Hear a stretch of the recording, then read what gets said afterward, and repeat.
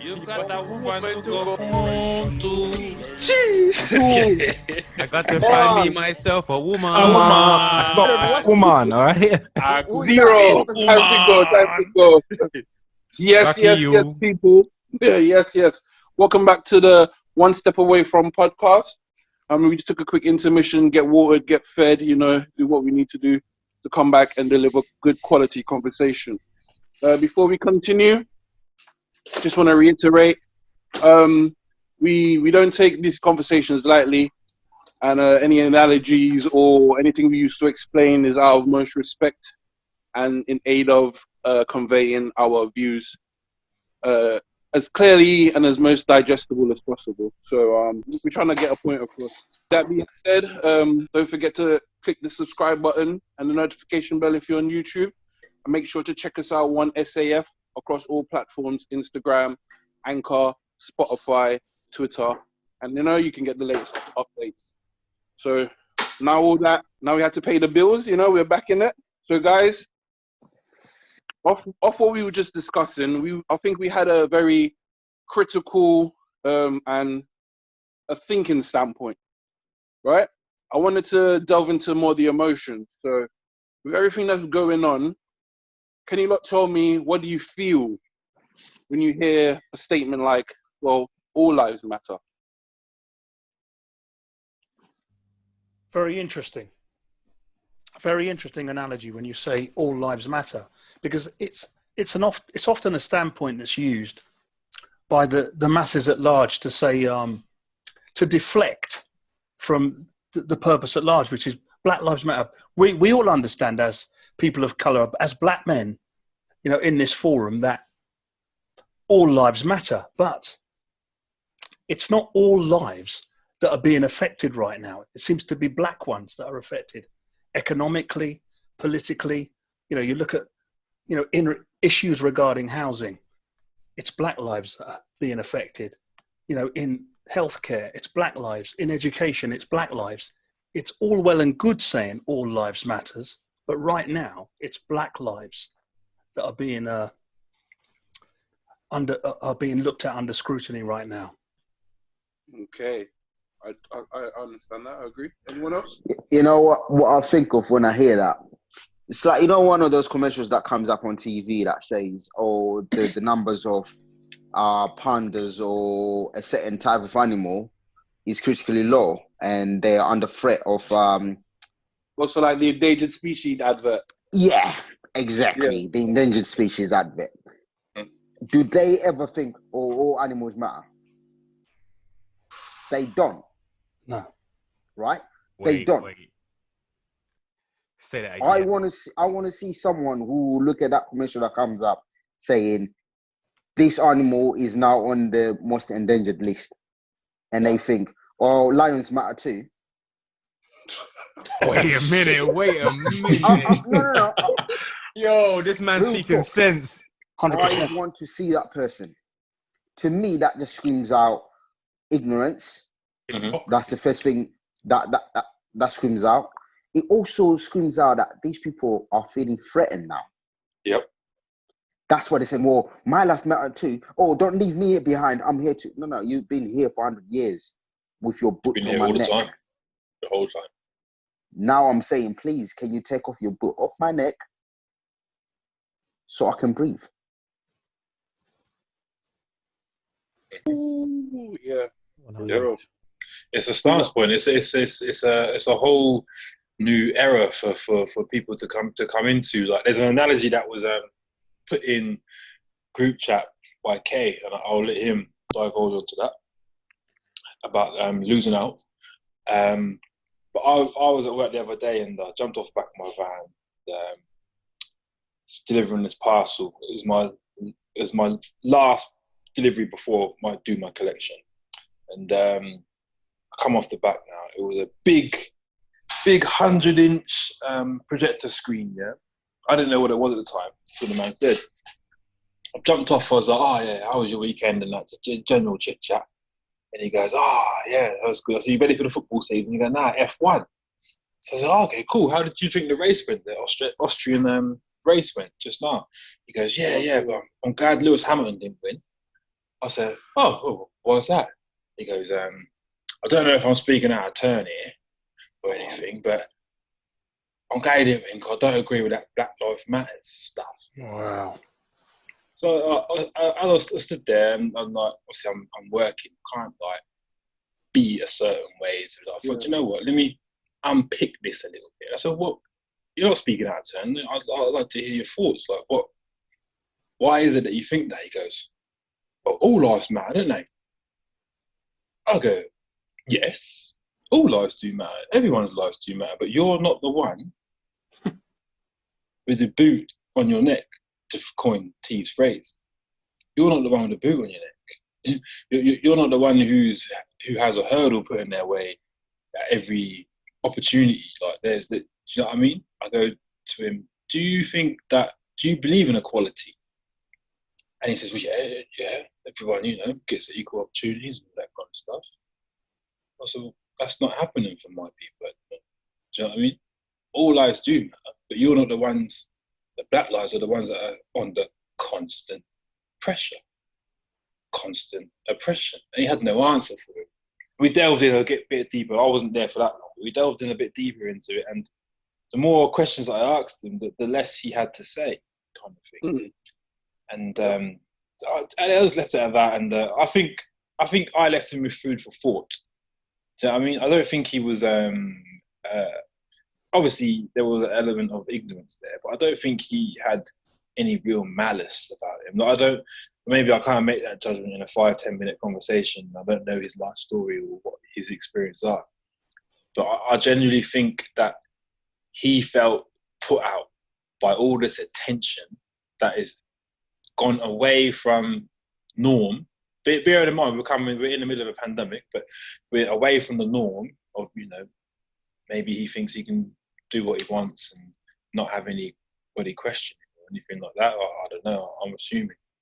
But what I think he was scared of is that the change.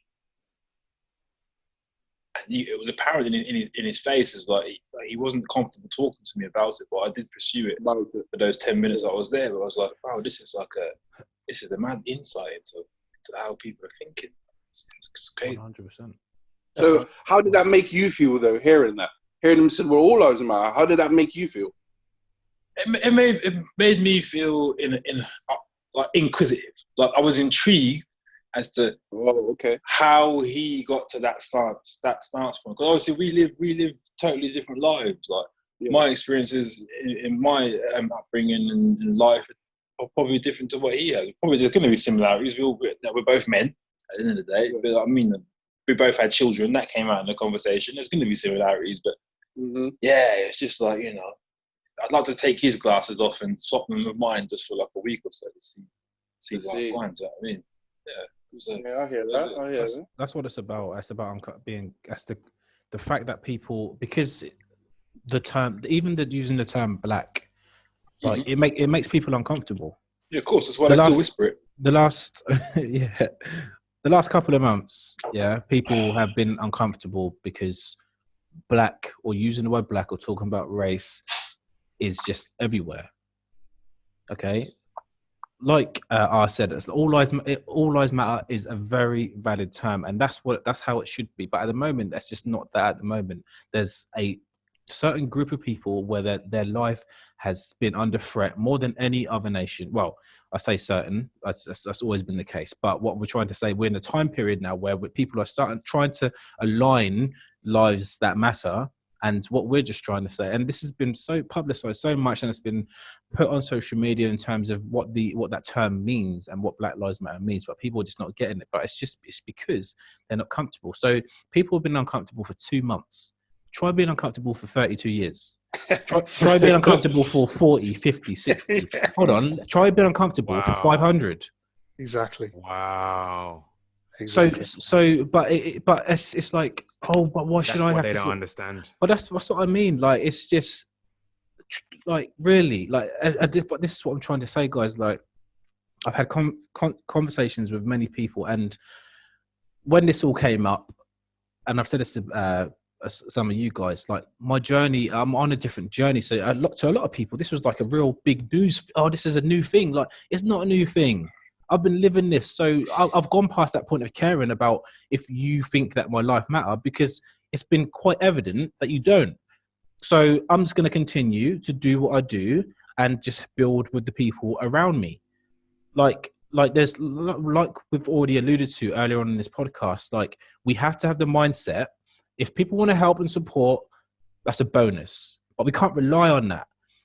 And we can't even rely, and to be fair, we just need to, we have to kind of scale it down. We have to just rely on those closest to us that have the same kind of thoughts, opinions, views, and stuff like that, and work from there. Because don't get it twisted. Like, there's been a lot of people over this whole situation, and I know I'm trying to deviate away from the all lives matter, but this is important. Like, there's a lot of people that have realised, there's a lot of black people and a lot of mixed race people that have realised, actually, yes, a lot of their friends or family have kind of jumped on the bandwagon, but they're nowhere to be seen now.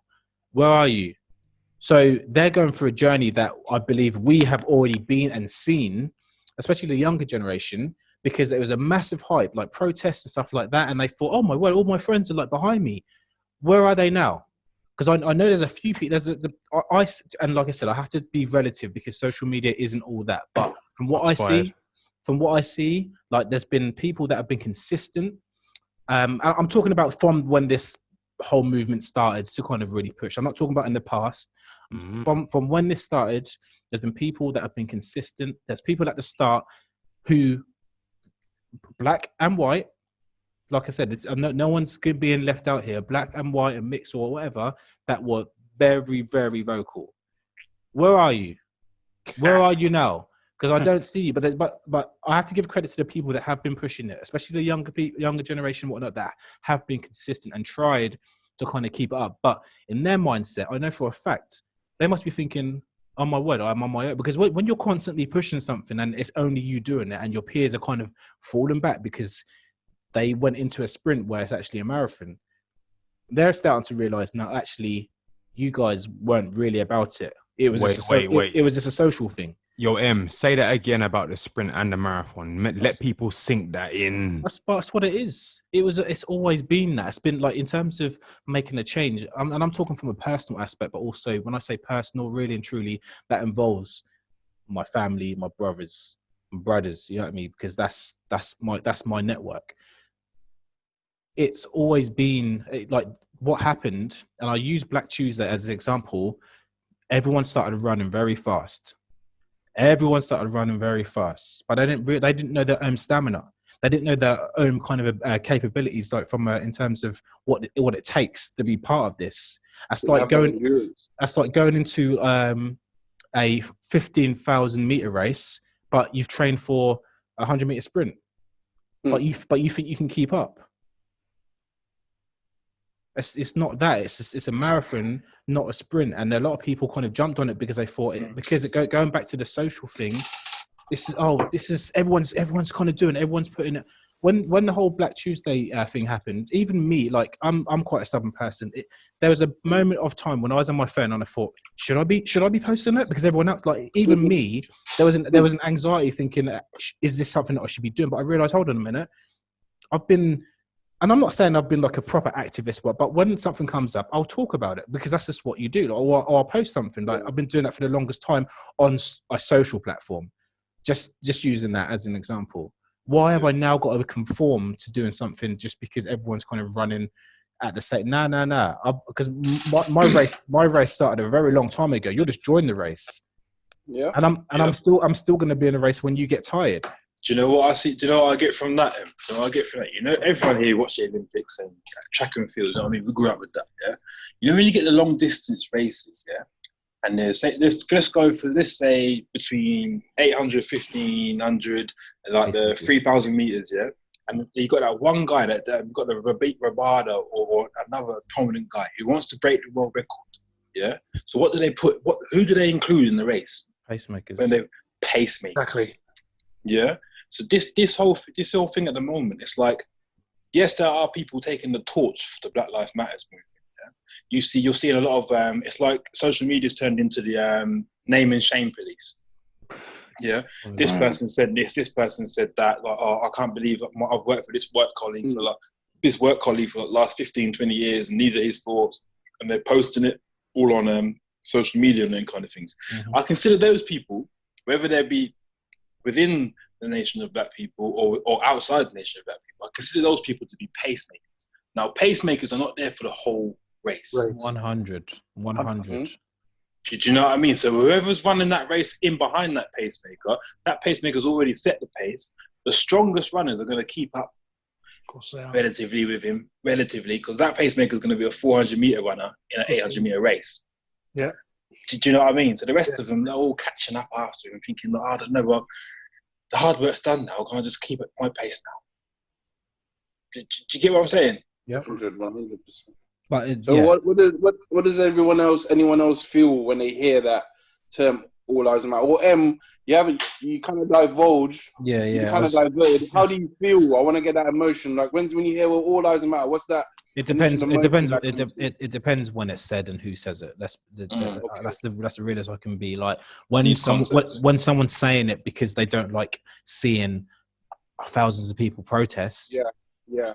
Then I just feel like you're ignorant and you're actually realizing that you're in fear. That's all it is. When I'm seeing people in America, and I don't always want to keep going to America because we're not over there. And Mhm. it's a completely different dynamic. We have to kind of make that clear. Like the dynamics between America and here are different, but the context and kind of the overall kind of problem is the same.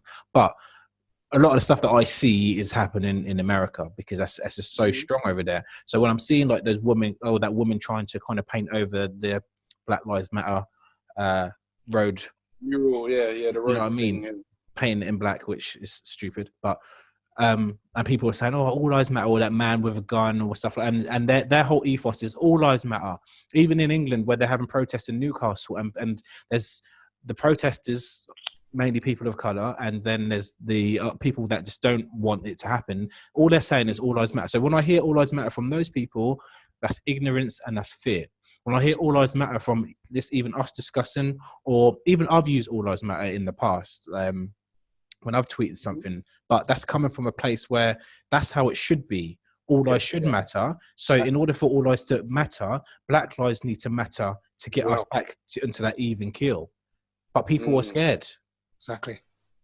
So that's what it means. So when I hear that, depending on where it's coming from, I have different emotions. But at the end of the day, I still kind of stay in my lane and have that direction and focus, knowing that if we as a community don't expect and try to do something on our own and appreciate any other support, then we will never be disappointed. And what's happening now with a lot of the younger generation, even older generation, when they thought that their friends were keeping up the pace up, they're now starting to get disappointed with the people that went into that as a sprint. But it is what it is. All I can say from my point of view, when I hear all lives matter, to me that's a spit in my face. You might as well spit in my face. You might as well do it.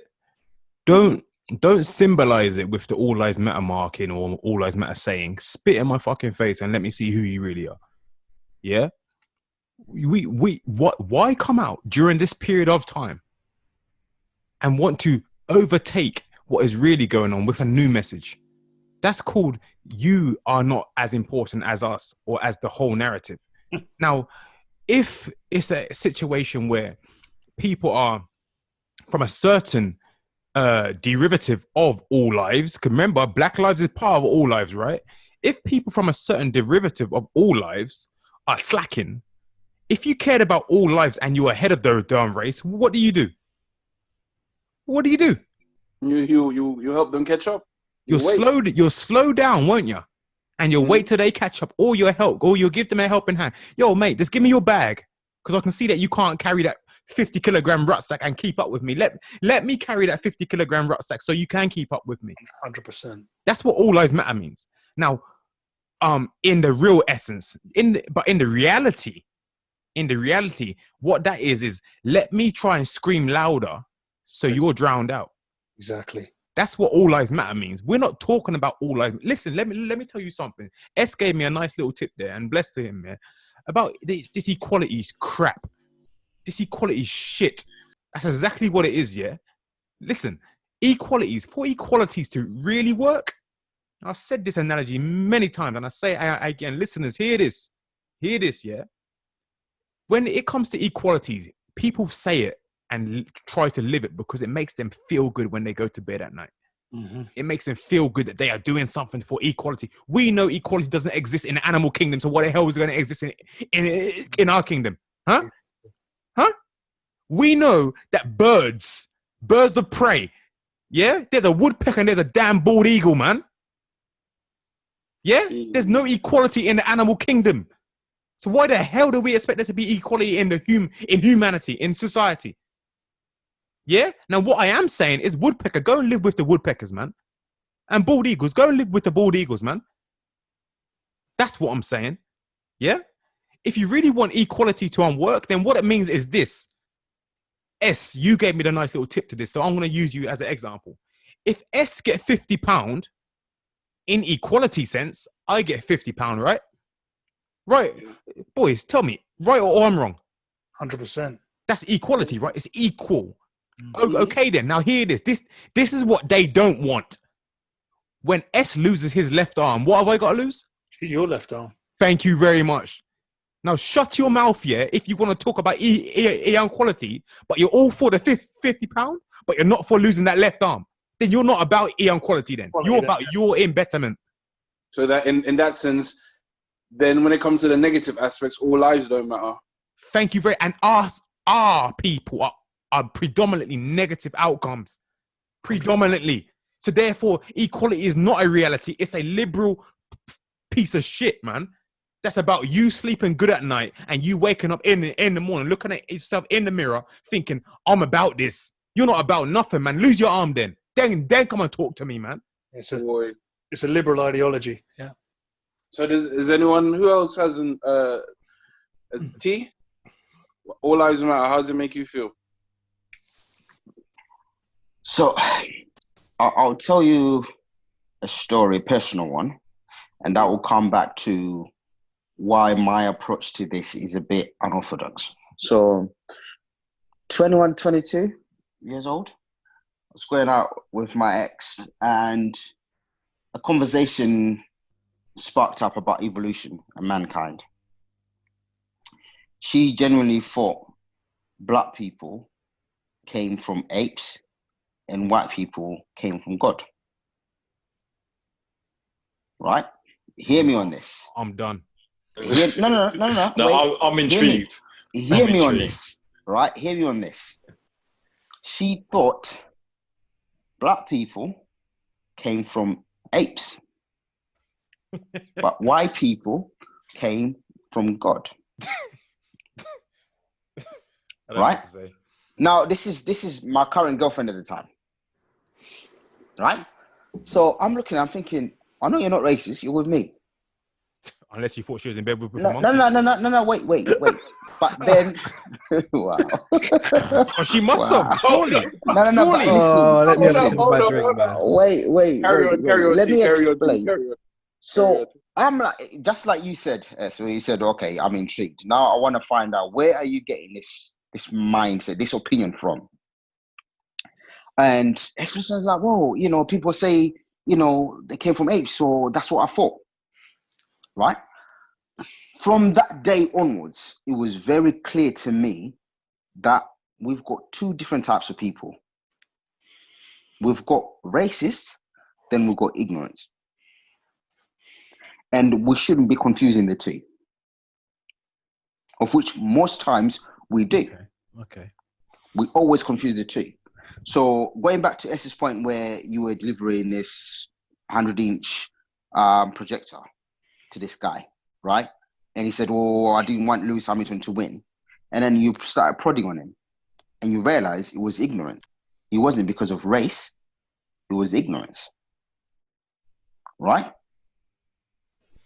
That's how I approach these things now. So when I hear someone saying to me in my face, "All lives matter," I want to look at you.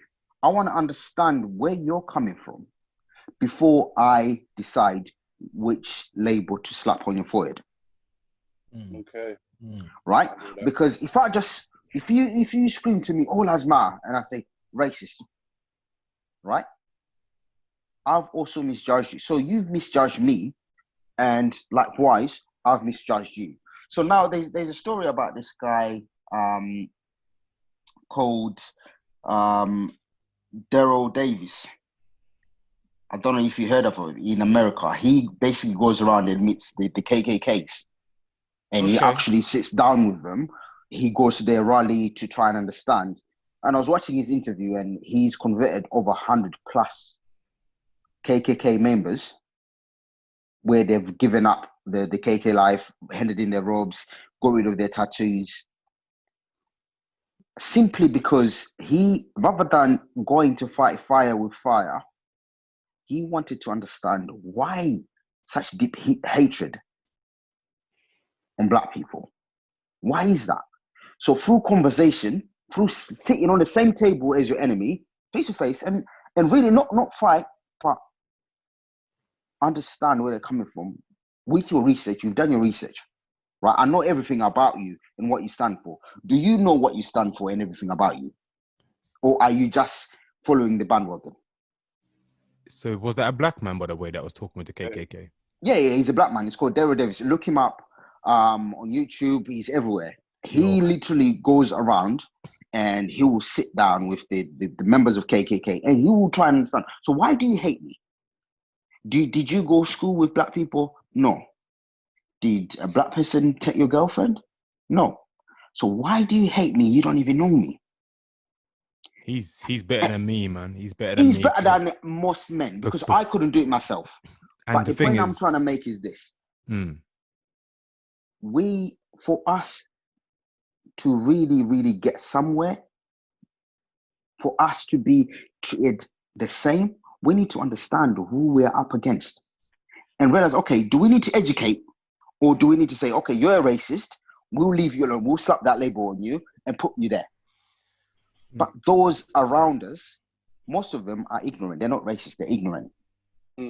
Yeah. That's why when I hear people saying all lives matter, I want to understand. If you turn around and say all lives matter because I hate Black people, okay, then I understand you're point you're coming from, you're racist. So I can't change your mind. But when you're saying, well, because everyone is jumping on this bandwagon and they're forgetting about everyone else, okay. So now let me educate you, my brother. The reason why we're saying Black Lives Matter right now is because this is happening. Do you know this is happening? Well, no, I didn't know. All I just see is all this Black Lives Matter. Because people are only seeing the end result of Black lives. They're not seeing, like you said, the struggle that's happened all these years through until now. So you end up just judging a book by its cover. You're not going into the book and reading why are these people protesting about Black Lives Matter? That's what I'm finding. That's my personal opinion. That's what I'm finding when I have these conversations with people. I'll tell you what, that's I agree with everything that you've, like, in terms of the way you put it like that, that is, you do have to kind of have a distinction. But if you go through the course of time, I guess there's always, I think ignorance has always been a ingredient for racism. Must be, because, but I agree with it for me, and this is where we probably branch off, because everything that you said, actually, that's just for any Black person to kind of maybe say that doesn't make sense, then that's what you're being ignorant. But I think for me now, I shouldn't have to educate anyone, or not even have to. I don't want to educate ignorant people, because that's a waste of time, because they've still got that privilege anyway. Exactly. You know what I'm saying? So I'm wasting time where I can kind of maybe enhance my people around me, my community. So that's about choice. So this is where a lot of people, maybe a lot of my friends didn't really understand where I was coming from when this movement started over the last few months. Not started, that's a disrespect, but where it kind of really went kind of viral across the world, is that now, like, I've seen the struggle, I've tried to educate people, I've, like, that time is done now for me. So so now it's just clean cut. You want to be ignorant, you go be ignorant over there. Because that's not gonna, what me educating so me as a black person educating an ignorant person that is not of the same color, or even of the same color. Let's not get it twisted. That's wasting time for me. Yeah. And I think, But I get what you. So- I get what you're saying, and in terms of how we make a change. But I think we need to be cohesive in terms of what we want to do as a community first, and then once we get to that level playing field where all lives do matter now. Okay, if there's people out there that want to start kind of being educated, then let's do it. But So, sorry to cut you there. no. I 100%, because we had this conversation before, and I told you I was on the same level wavelength with you, where people were saying, "Let's go protest, let's go riot," and I'm like, "Why are you rioting? We've done this since 1919. I don't want to go riot because history shows we've done it and nothing has changed. I'm all about building now, putting people on the table." And we had a conversation. And I said, I am exactly on the same mindset. I had to argue with my own cousins where they were saying, "Let it all burn." I'm like, burn what? You're burning your off license next door where you get bread in the I morning. remember you saying that actually. Right? Yeah, I don't agree with that. For me, I want us to start saying, "You don't want us on your table? That's fine. Don't worry. We'll make our own table." Yeah. I'm all for that. Yes. There you go. But There you go. what I'm saying is, when someone comes to me, I'm not going to them to educate. No. Right. Okay. Cool. If you cross my path and you then say that, then okay, cool. Let's stop. What's your views? And then that's when I will educate. So I'm can not I going ask to go you out this, and T? start. Yeah. Can I ask you this? Now that takes time and energy to when you 100%. meet that whoever that person is who's ignorant. So what if you have a choice between educating a person who's ignorant and trying to take the foot off your brother's neck? What would you choose? It's not even a question, bro. It's not a question. If you've got your foot on my brother's neck, I don't even deem you as ignorant. Right. I don't need to understand you now. And I knew that I don't answer, need by to the way. I don't need to dig deeper now because, like I said, there are some things. If someone says something, it's different. You need to understand whether they're ignorant or they're racist. But if someone is doing something, not saying, if someone is acting. Can I throw a in quick a question certain out way. there, just to everyone? Yeah. Let's go back to the George Floyd situation. But instead of the people who we see taking the videos, but we were there physically. What did you do? I've thought about this many times. I've thought about this. Sorry, just throwing it in there. I have thought about this. At my core, I would say how I am now today, my life experiences, what I've seen, what I've lived through. I would have. Sorry, let me add a little bit of seasoning onto this. Yeah. The police's foot is on my neck. Yeah, all that. I was about to say how I am today. I would risk the consequences to try and stop him. Yes. What setting is this? Just anywhere in the world? No. In America. We're in America. In America. But I'm thinking with my life experiences now. If that's all that, I was there in that thing, and it was my best friend, my brother. That's happening. I'm jumping in. But then on the other hand, I'm thinking if I was conditioned on the way I think Americans have been conditioned, I might just stood by and stood and watched. Just shout from the sidelines.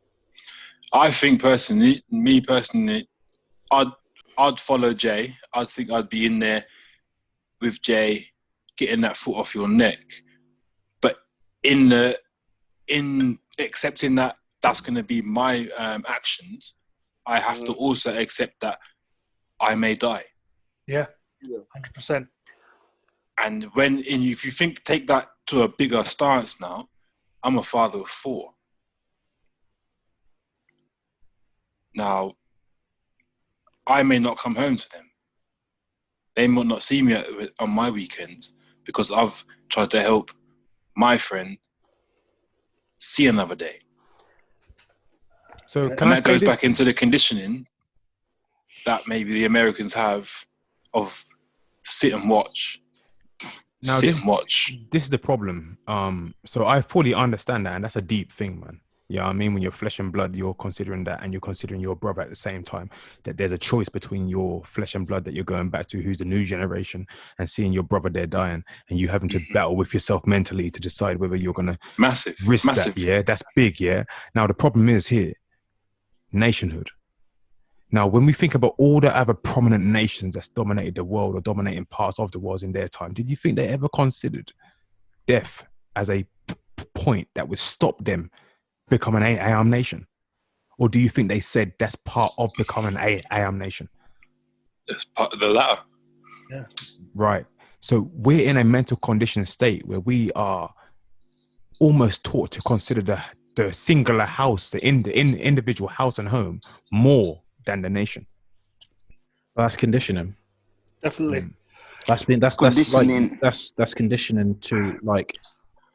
But we've been so oppressed that whole the condition of, or even having that primitive kind of mindset of fighting for something that you believe, like physically fighting, whether it's with arms or without arms, that's kind of been sucked out of Us. people in general. Like that's just not how people, like, if we go back hundreds of years or centuries, like war, it's just war would happen between countries or just places in within the country all the time, like to gain land or kind of power or whatever.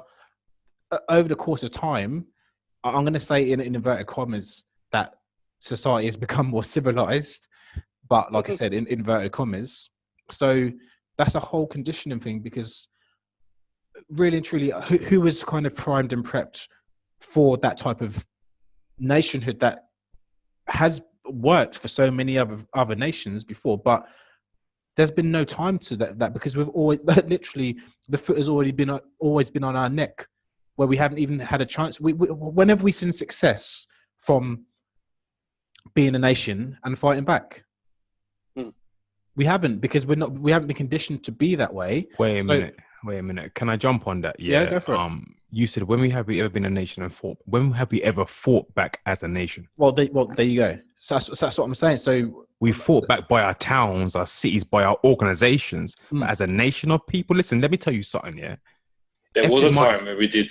There was a time when we did. Ethnic minorities are actually the world majority. Sink that in. Yeah. Think that in, Dread. Yeah, the so-called Westerner majority are actually the world minority. Sink that in. Yeah.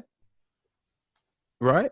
So now it's about your own value for your people. If we really want to talk about, if we really want to talk about Black Lives Matter, then that starts within the home, man. That starts within the home. I don't want to dig deep into this, yeah, because that's No, well, you're right, because this is what I was alluding to. I wanted to get to this point where dig. Yeah, I'm going to give him a chance to do that. This is what I was going to. Do you think the situation that comes with the All Lives Matter, from both the Black experience and the people that are non-Black saying All Lives Matter, is it because of post-traumatic slave disorder on the backs of the Blacks, and the dissonance that's associated with it from the non-Blacks? So the dissonance and the, what's the word that we used earlier? The disconnect. The cognitive dissonance. Cognitive dissonance. Dr. Leroy. Yeah. Dr. Joy DeGroy. Yeah, Joy DeGroy. Sorry, thank you very much, M. Yeah, definitely. So do you think this whole All Lives Matter and how you said, Kay, it begins in the home for us as a nation? Do you think that can speak to that dissonance? Right. I'm gonna give an analogy, because there's certain things at play here where I understand what platform that I'm talking on. Yeah. I'm gonna give you like an analogy. I'm not gonna break it down either. I'm just gonna say it, and you either take it or you don't. Now, there's two children, and I have a bottle of Ribena. I decide I'm gonna give one child the Ribena. So I make the dilute, I pour it in there, I put in the tap there, and I dilute it. One child gets the Ribena. The second child now says, "Where's mine?" Oh, okay, cool. Well, the Ribena's finished now, so I tell the first child, look, let me pour half in his glass. So I pour half of the Ribena in his glass, but they both want a full cup. So I filled it both theirs up with water. How does that Ribena taste? Diluted. Well, like, So now a third child comes, hey, I'm long. He says, I want some Ribena too. So I take one of the cups from one of the boys and I pour it in their cup. And they want a full cup too because they're thirsty. So I fill it up with some water. How does their drink taste? Even more diluted. So then the fourth child come now. He wants some Ribena too. I pour half in his cup. Yeah. Now instead of the water, I've got to change it up now.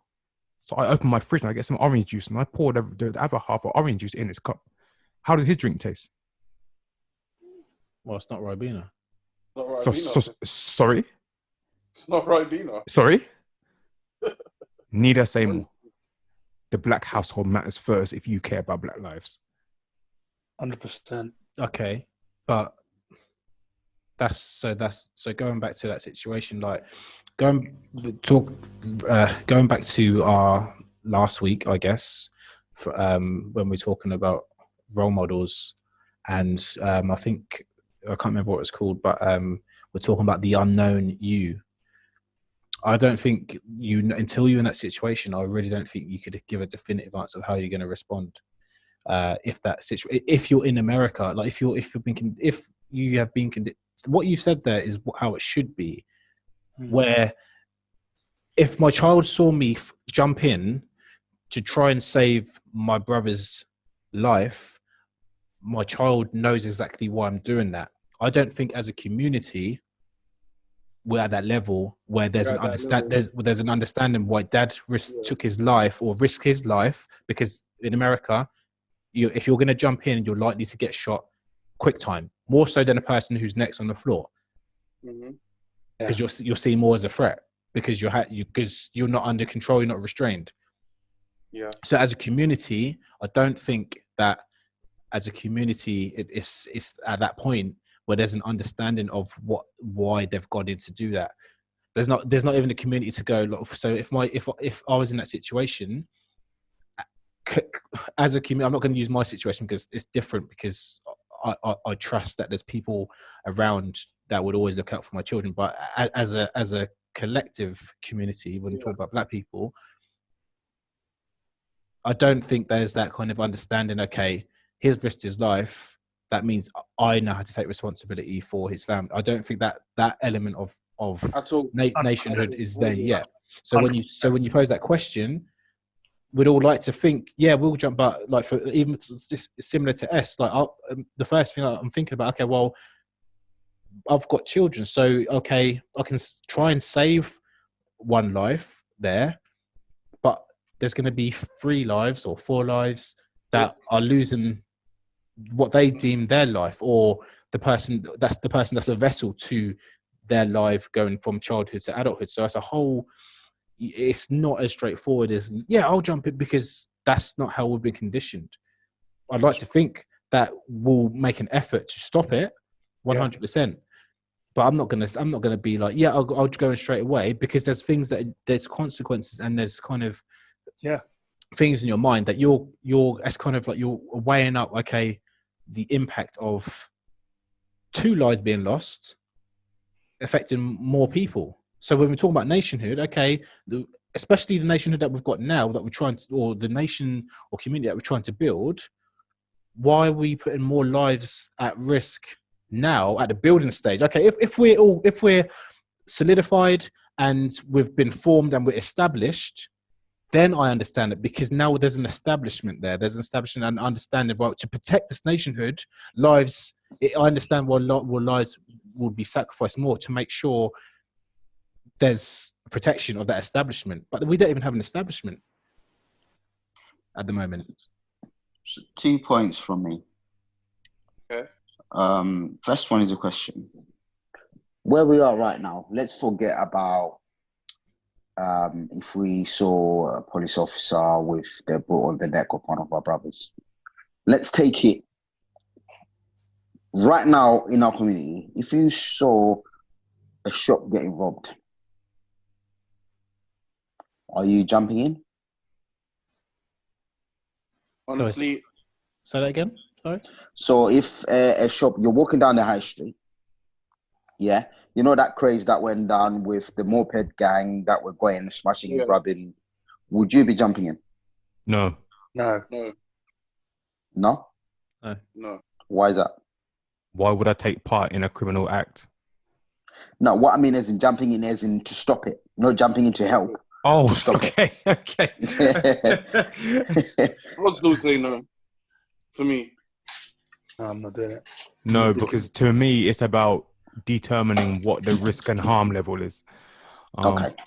It's about So you're doing a risk assessment, yeah? Okay. Okay, yes, yes. That's our lives, isn't it? Yes. Okay. Our life Yeah. is a risk assessment. Definitely. Yes. Mhm. Definitely. Yes. So for me, I'm looking at our moral compass, right?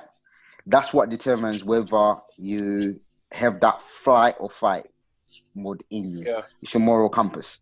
If your moral compass is telling you don't jump in, you see a crime being committed where you can help, you're saying, I wouldn't help. And then you see, but this time now, it's life under threat. 9 times out of 10, you're not going to do anything because your moral compass is being conditioned not to act when you see injustice. Well, can I say something? I'm going to Yeah. use a real life example here. Yeah. And my cousin can attest to it because he was in the back of the car when he was a youth, and I told him to stay in the car, don't come out. Mhm. When I was driving with him, and I saw 2 people having a fight in the middle of the road. One was stabbing the other. Mhm. I didn't know these 2 people, or I didn't think I did. It was too far off. I stopped my car and I got out and I went straight over. And my parents can attest to this too, because they told me, what the hell did I do? Didn't think. I just saw two people fighting and someone getting stabbed up. That's how I got the stab wound myself on the side of my ribs. Is still there to this day. Yeah. So I jump out my car and I go straight into it and I grab the person who's stabbing the other guy. Yeah. I told my cousin, stay in the car. Don't you dare come out. Yeah. And I hold him and I say, what are you doing, man? What are you doing? And the other guy who was getting stabbed up jumps on his bike and says, thanks. And he rides off. I said, what are you doing, man? Nothing's worth taking someone's life, man. Yeah. I didn't think about my risk. Didn't think about my risk whatsoever. I saw life and limb being at risk there. I saw life and limb and something inside me I can say only can be described as my spirit spoke to me, man. And spirit is something that can't be described, it can't be equated, it can't be calculated, it can't be measured. You will feel it. You will feel it when it comes on you, man. And I'm not even talking about religion now. I'm not. I'm talking about when you feel your spirit move you, it will move you, Dread. Yeah, and my spirit could not see. I could not stand there for the rest of my life knowing that I let my brother die, knowing that I had at least some sort of influence on that situation. Now, when is someone robbing a store, yeah, if the outcome is, okay, they got a bit of money, they got a bit of this and that, and yes, that person's life and limb could be at risk. That's another argument, yes. But the direct risk with George Floyd was you knew his life was being taken. He knew, and he said life was being taken. Mhm. And the question is, if we were there, what would you do? There's a difference. I'm risking the same way I risk my life, stopping that person stabbing the other person. I know how I act within that moment, man. I know. So the reason why I asked that, right? I'm not comparing the two. They're definitely different. What I'm getting at is we've been conditioned beyond just black people. We've been conditioned as a society to no longer jump in when there's a conflict of any size, whether it's someone getting robbed, someone getting stabbed. You see it daily. The reason why these videos are going viral, someone is behind the camera. That person could put their camera down and help. Of course they But could. they don't. Of Yes. course they could. Of course Right? they could. But they don't. They would rather take a video And put it online. Yeah. and put it online. Yeah, Because sensationalism. we've been conditioned beyond that. That's why I was asking that question, because your moral compass will guide you. Whether you want to jump, say for example, you might not even help, but you get the edge. Like you said, your spirit will say, this is wrong. This shouldn't be happening. And if you're saying to yourself, this shouldn't be happening, rather than like, oh, I'm going to put it on my social so I get famous. That says to me, you're not going to jump in because your moral compass is off from the get-go. Now, if now I saw, like S and M said, we're all brothers here. If I saw my brother here in that situation that George Floyd was, right, I would most likely jump in. The reason why I say most likely, like everyone else, there'll be a hesitation of the consequences that will come on me, right? But if we were to build what we're wanting to build as a platform right now, to say, look, one nation, one race, one cohesion, all of us get together and build something, build our own table, there wouldn't be a question of most likely. You just go ahead and do it. You just go ahead. You just go ahead and do it. Because we have built something where I couldn't let you kill one of my brothers. But these things are happening. In America, they're killing each other. Now we can point a thing of why and the reasons behind that and who's behind. But the initial killings is happening black on black.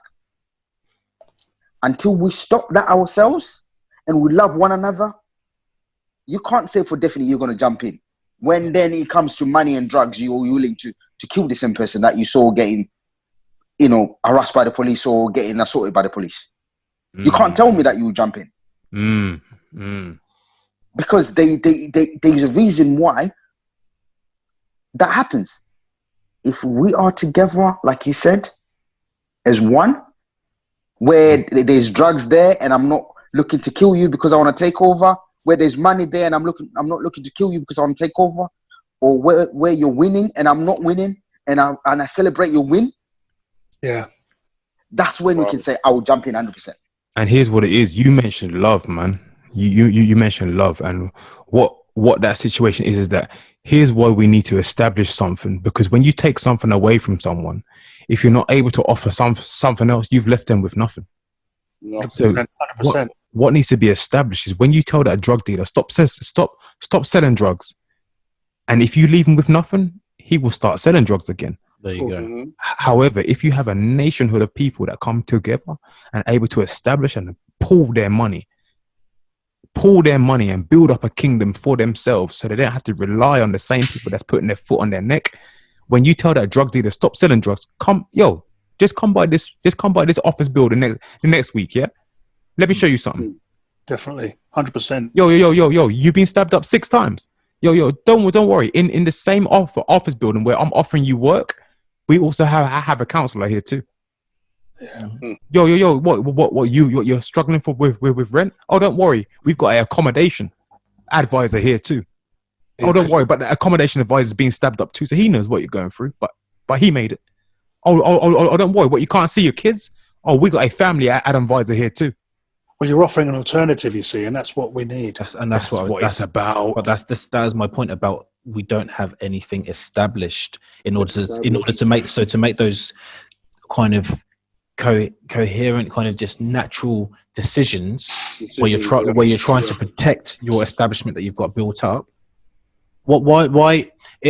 I'm not going to say this about me, but this as a general. Why would you save? Let's say it was a different scenario where our circumstances are different, and I see another black man on the street. A policeman's got his foot on his neck, but I'm kind of doing undesirable things in my own life. Where so I could be the hero and try and save, but 2 weeks later, I'm not gonna think any. And I don't like the term black on black. Like there's just so many. That's just too easy. That's too easy. Like I know where you're coming. I know where you're coming from. So I'm not picking at you because that term has just been infiltrated into our minds. By the way, black on black is the assumption that there's no such thing as white on white. Of course, and that's my point. That's my point. Conditioning again. But I know where he was coming from when he's saying that as a people. So until we get that, like, okay, you're going to save someone over there because you think it's the right thing to do, or you'll feel some type of empowerment because you stopped a black person be killed by, I don't know, a white policeman, but your natural instinct is to kind of feel a certain way. Maybe because we have been conditioned, going back to the whole Willie Lynch theories and stuff like that, where we've actually wanted to kind of, or we've been conditioned to hate ourselves and whatnot. You know what I mean? It's so complex. Where to ask that question, you can't just say it's not just a yes or no. It's understanding. Okay, well, what situation are we in? And at the moment, going back to it, we need to establish something before we can actually start having those type of conversations. And actually.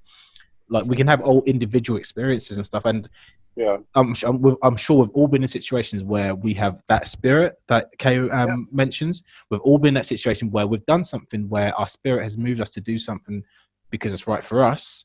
But at that time, in that situation, but what would our family think? Really, we've all been in a situation where actually, when you look back at it, that wasn't a wise thing to do. Really, like if you think about the dynamics of what could happen to you, we've all been there. But my point is that in terms of thinking like that, let's get the establishment there sorted first. Let's get a cohesion. This is why we're here. This is why we're on the podcast, to kind of build cohesion in terms of our minds and how we think. So when I'm walking along the street, like there is a common kind of normal respect and it goes back to Dr. Joy about kind of like the I see you. So if you see another person of color, you normally nod your head and whatnot. Yeah. But that isn't always the case. No, it's not. There's either a head nod, or there's a screw face, and then there's clash. Yeah. But that's conditioning as well. So that's, once again, I know we say this a lot, listeners. Like we always say, well, that's another podcast, because it really is, because there's so much dynamics to this whole thing. So much. Yeah. But yeah, so, of course. In saying that, I wanted to bring it back around, because we kind of diverged. I wanted to bring it back around to the subject and make it go back to the more personal touch. With all this thing in recent times that's been going on, has anyone had to, be in their home, in their work, or actually S mentioned about him encountering his work, but how has this whole BLM black subject infiltrated your social circles, your personal circles? And has it affected? how has it affected your conversations, your relationship? I'll let you man go first.